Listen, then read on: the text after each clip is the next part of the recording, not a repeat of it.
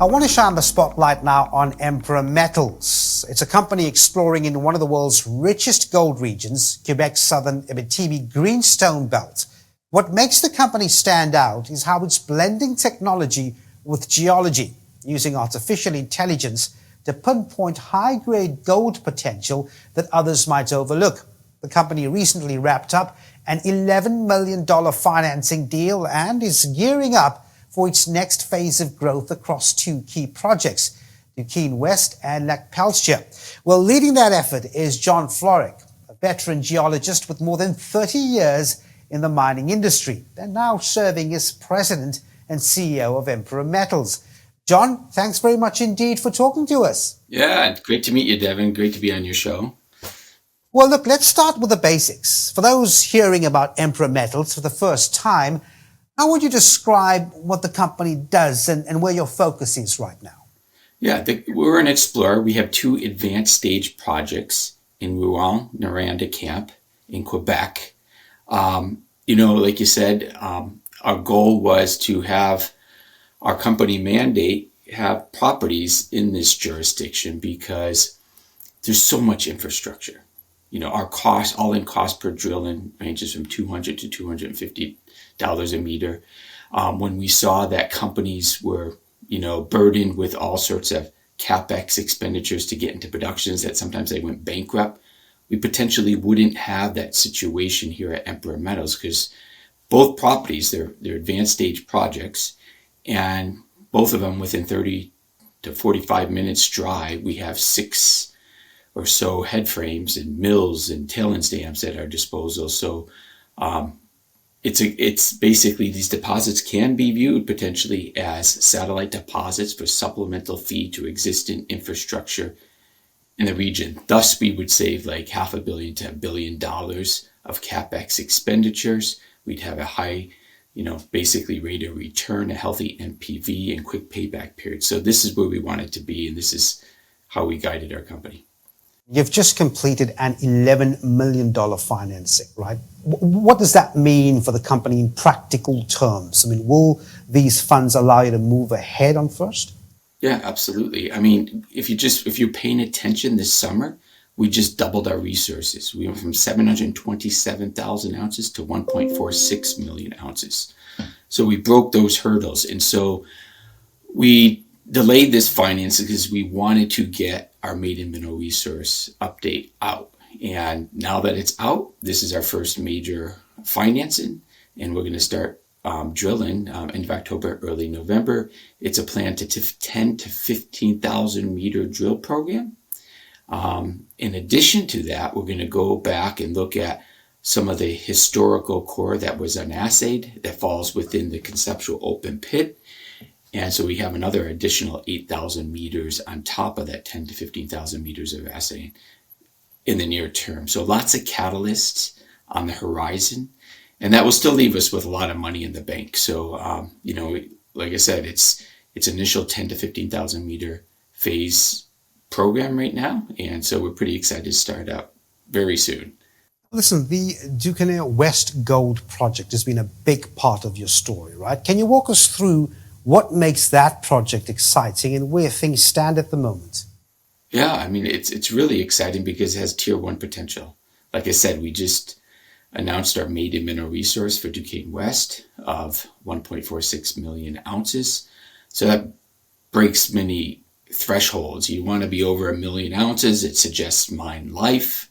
That's what majors or mid-tier mining companies like to see, as well as institutions. We're at 1.46. We only have 120,000 meters approximately total drilled on the project, and the project would need about 600 to 700 to realize its full potential from a kilometer down to surface. So we're only 15 to 20% of the drilling done on this project. We already have 1.5 million ounces outlined. So yeah, we're pretty excited about continuing to add ounces like we've demonstrated. We demonstrated that we delivered on our promises in 2023, and we delivered on our promises in 2024 in regards to what we signaled to the market and what we were going to do. On the other hand, you're holding the Lac Peltier project nearby, right? How does that fit into the bigger picture? And could it become a near-term opportunity for Emperor? Yeah, so we look at this as a near-term cash flow. So right now we have the undersurface rights of this mine that was about to go into production, but it basically stalled in 2010, became an orphan. We recently, in 2025, we acquired the undersurface rights for $1 million in shares only. So, like I said, we're looking for great overlooked opportunities using AI. This one fit the bill as well. $80 million, $70, $80 million spent on the project because there's like 3.3 kilometers of underground development. There's a vent raise. We got it for $1 million in shares only. That's like a penny and a half on the dollar that was spent on the project. So we're quite excited about this near-term cash flow because basically we just have to dewater it, rehab it, and start mining. It had some bulk sample work that was done. Average grade is around 4 grams per ton with an average recovery of 96%.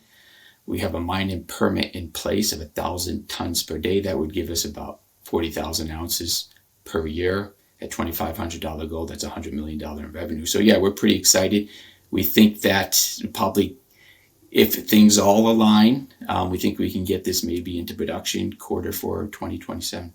Overall picture, you want to find, any miner in your position or explorer in your position wants to find the gold faster or even smarter. And that's where the AI comes in, right, to guide your exploration. How exactly has it helped you and what kind of results are you seeing so far? Yeah, absolutely. I got introduced, I was chief geologist up at Detour Lake Gold. We built some internal models, grade controlled models, and it really changed the whole outlook of the mine at the time, such that Kirkland Lake bought out all of Detour Lake, and EcoEagle bought out Kirkland Lake. So the team and I, we got exposed to using AI in a production setting. So now I'm bringing that to this junior. We're using it in an exploration setting. And basically, it's just a data learning process. That's the beauty of AI. It's next generation leapfrog, if you ever heard of that. But it's one of these modeling softwares where, the geologist basically has to go through all the data on the project, massage it, but you have to have trained, experienced geologists because a lot of these databases are cumbersome. There's like 100 different rock types and you have to whittle them down to a coherent model of like 10 different rock types. But anyways, we produce these AI models. We use it for exploration, and you can see that we've had tremendous success using these models. What's so beautiful about the AI model, like after we drill one hole, we could remodel it quite quickly and change the whole structures or the outlook of how the deposit and where our next targets would actually be located. No doubt you're watching what's happening with the gold price at the moment, right? Just shooting and breaking barriers and records all over the place. And then you have your one or two sort of hiccups and slumps there. What does this price trajectory mean for you? Oh, yeah. No one's ever mined at $4,000 gold. Yeah. No one's ever mined at $3,000 gold until now. So the leverage that these mining companies have with this gold price is huge. I can't wait to see Q4 earnings for people like Agnico Eagle and all these other major mining companies. They're going to be flush. They're already flush with cash. Now they're going to be tremendously flush with cash. And some of that money is going to trickle down to our space. It's going to have a huge impact on, these advanced stage projects that we have here. People want to get involved because people are looking for inventory. These mid-tiers and major companies looking for inventory. And here we are. We're sitting as a little junior with 2 advanced stage projects, but we're willing to go it alone and do the mining ourselves at $4,000 gold. That's why we have Lac Peltier. Hopefully we can raise, get this in production and then build a mining company here. Yep, well, certainly does look compelling. And look, it's been a pleasure. John Florek is a veteran geologist and serving as president and CEO of Emperor Metals. John, a pleasure speaking to you. Yeah, you too, Devin.